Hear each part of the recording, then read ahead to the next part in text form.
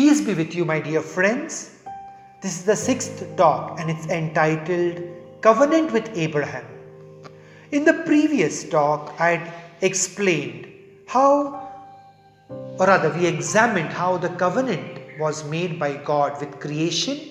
Then we saw the parallels between the creation narrative and the flood narrative. And then we saw how the world was created at the moment of first creation and how the world experienced once again a sort of new creation at the moment of flood. In this talk, we will see three main points. Firstly, we'll see how God renews His covenant and it passes to all nations through Abraham. The renewal of the covenant comes with a promise to gather into God's family, one family, all the children of God who were scattered when they were building the Tower of Babel. And finally, we'll see how God's people eventually make their way to Egypt and then trace the events that lead to Exodus. At the very beginning of the world, God gave His blessings to creation.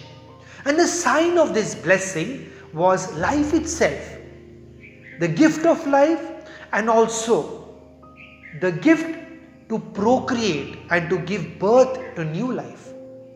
This blessing was passed on from one generation to the other through a family. After the fall, God picks up a family of Noah. Noah blesses his son, Shem.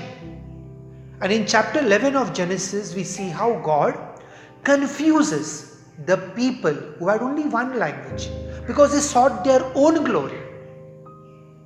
But now in chapter 12, we see how God promises to bless Abraham and through him all the people of the nations who were scattered.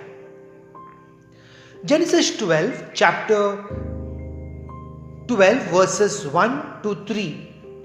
God uses the word bless 5 times and this blessing will be passed from generation to generation to the family, and this time it is the family of Abraham.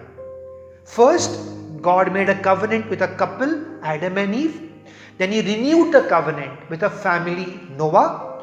And now He expands this covenant to an entire tribe, of which Abraham is the chief. So when Adam sinned, he lost many blessings and he drew curses upon himself and his descendants from God. But we'll see now how this one man Abraham, his faith, his fidelity brings upon himself blessings. It is clear when we read Genesis chapter 12 verse 1 to 3 that God makes 3 promises to Abraham: land and nation, then a dynastic kingdom and a worldwide family. All the families will be blessed through Abraham. Later we see how the faith of Abraham will be blessed by God and he will upgrade these 3 promises to a covenant oath. God called Abram, which means exalted father, to leave his country and to go to an unknown land. Abram was 75 years old, very wealthy, childless. Despite his age and wealth, Abram moved to this new location called Canaan, which was 400 miles away from his place. Traveling in those days was not safe at all, but still Abraham takes his wife, his nephew, his domestic servants and their families and leaves for Canaan. Abraham's life reveals that the road to blessing is paved with trials and temptations. What do these trials and temptations include? They include famine, exile, temporary loss of his wife, family strife, unfulfilled again, more family strife, and finally asked to sacrifice his only beloved son. The remarkable thing is that Abram,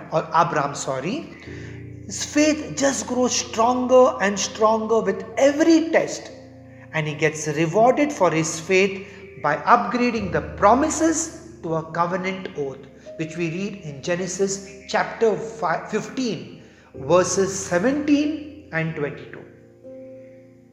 In Genesis chapter 12, God promises Abraham that he would make him a great nation. But for many years, Abraham doesn't have a child at all. But now God promises not only a son to him, he upgrades that promise that through this son, Abraham will have innumerable descendants. That is first. Secondly, he promises Abraham that his descendants will be freed from the bondage that they will be in, and they'll receive the promised land. Finally, God seals the covenant by passing in between the animals that have been cut in two by Abraham. Covenants in those days, as we read in the scriptures, were made by the sacrifice of an animal. An animal was cut. And what is the meaning of this? The animal was cut as a sign of a covenant to signify, to indicate that if at all between the two parties, one party does not honor the covenant, what has happened to that animal, same thing will happen to that human being. His blood will be spilled. So this is the meaning of offering an animal to seal a covenant. Time passes. The son which is promised to Abraham and Sarah does not arrive. Abraham grows impatient, so does Sarai. And so Sarai suggests to Abraham, why not father a child through Hagar? And in those days, this was allowed. It was not considered immoral.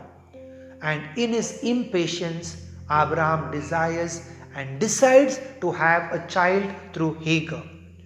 Now once Hagar conceives the son, she looks with contempt on Sarai. So this listening to his wife was his first mistake, and not consulting God was his second mistake. And this leads first of all to serious domestic problems. Hagar looks at Sarai with contempt. It also has led to numerous geopolitical problems. The children of Isaac are the Israelites. The children of Hagar and Abraham, Ishmael, the Arabs, and you will see that constantly they are at war, they are fighting with each other. 13 years later, God appears to Abraham and changes his name and his wife's name. Abraham becomes Abraham, Sarai becomes Sarah. Sarah means great mother, Abraham means the father of a great nation, multitude. Kings shall come, he tells Abraham. Kings shall come forth from him. This we read in Genesis chapter 17 verse 16.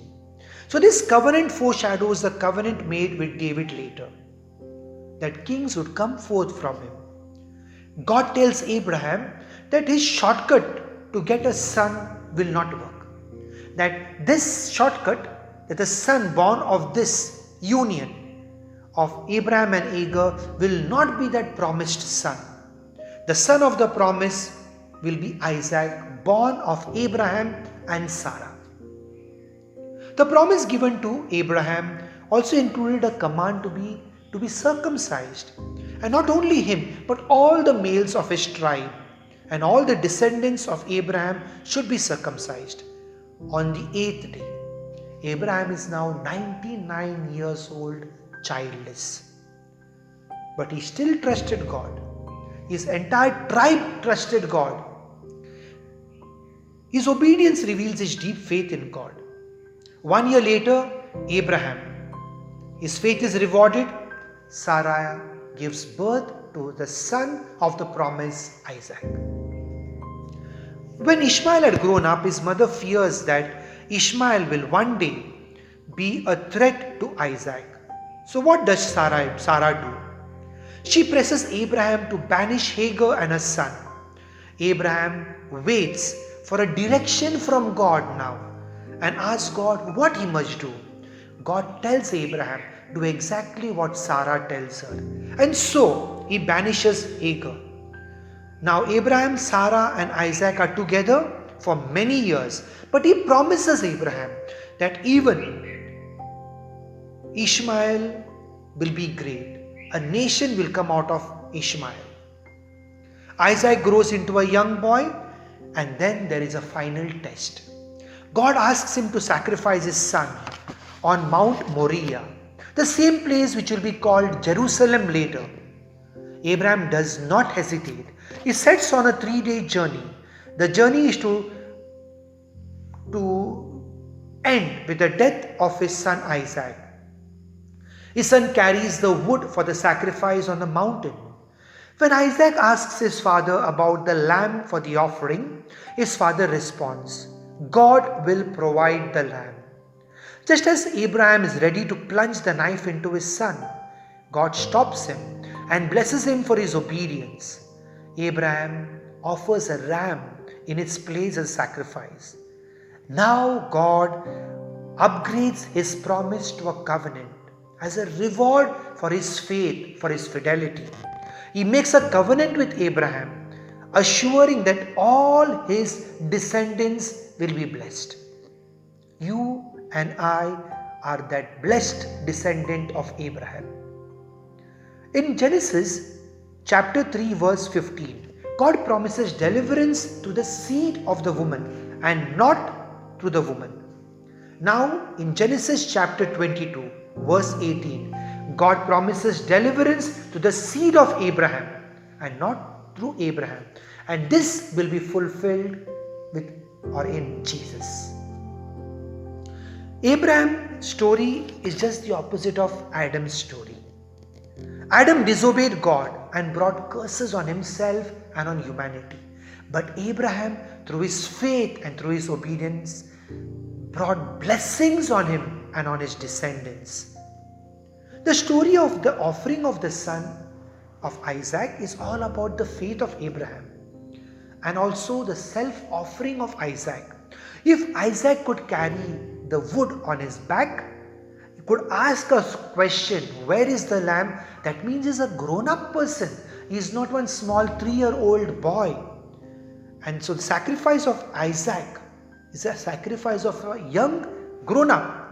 And it foreshadows the sacrifice of Jesus, who carries the wood on his back, the cross, who is the Lamb of God. Jesus carries the wood for the sacrifice in full submission to his Father, just like Isaac. Hebrews 11 verses 19 tells us that Abraham believed that God was able to raise even from the dead. We know that Jesus is raised on the 3rd day, just as Abraham received his son on the 3 days at the end of the 3 days journey. This story is also read in connection with the transfiguration of Jesus at Mount Tabor. The apostles hear God the Father say, "This is my beloved son," and it reminds them of God telling Abraham, "Take your son, your only beloved son." The difference is that God did not stop the sacrifice of his only beloved son, as he stopped the sacrifice of Abraham offering his son Isaac. The words, "the Lord will provide," by Abraham to his son comes true when Jesus is the Lamb of God given by the Father for our salvation. And the need for all the sacrifices comes to an end with the sacrifice of Jesus. At the very place where Abraham was to offer his son, later on Solomon will build a temple there. Sacrifices will be offered, and eventually in Jerusalem the perfect sacrifice will be offered in complete submission to the Father of Jesus, the beloved Son of God. God made 3 promises to Abraham: nation, kingship, and blessings which will flow from him and through him and through his descendant through all the nations. Later these 3 promises are strengthened. They are upgraded into an oath. And this is what we read in Genesis chapter 15. God promises that his descendants will be given the promised land, and they do get it after their exodus. In Genesis 17, God promises that kings will come forth from his descendants, and this will be fulfilled in David. In Genesis 22, God promises that all the nations will be blessed through Abraham. And this is fulfilled through his descendants.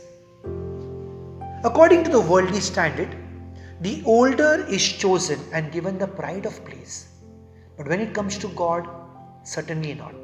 We see how the younger is preferred to the older. God chose the second son of Abraham, Isaac, over Ishmael. Then, when it comes to Jacob, Jacob also is chosen over his older son by God. We come to Jacob, Jacob's son. The older is certainly not chosen. It's the younger one who is chosen. And this plot runs through and through the Bible. Why? Because God wants to demonstrate that just because somebody is a firstborn doesn't get automatically chosen. The choice is left to God. The descendants of Abraham come into Egypt because there's a famine in Israel. But when they are told to stay there, they overstay because of the luxury and they see the good things there and they forget the promise God made to Abraham, the promised land. And because they overstay, because of the luxury, it turns into their misery.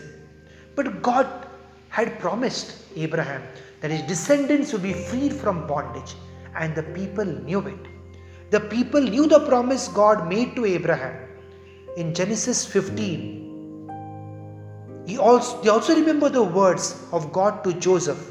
In Genesis chapter 48 verse 21, God will deliver you and bring you to the land of the fathers. So the Jews now know that the help is coming. The question is when. We have seen closely how God made a covenant with Abraham in this talk. The next talk we'll see how the people who are enslaved, God will liberate them through Moses and he will make once again a covenant. Till then, God bless you. My dear friends, I have a request. In the comment section, when you listen to the talk, if you have any reflections to make, put it there so that others who are listening to the talk and reading from your reflection, they will get spiritually enriched. Once again, God bless you.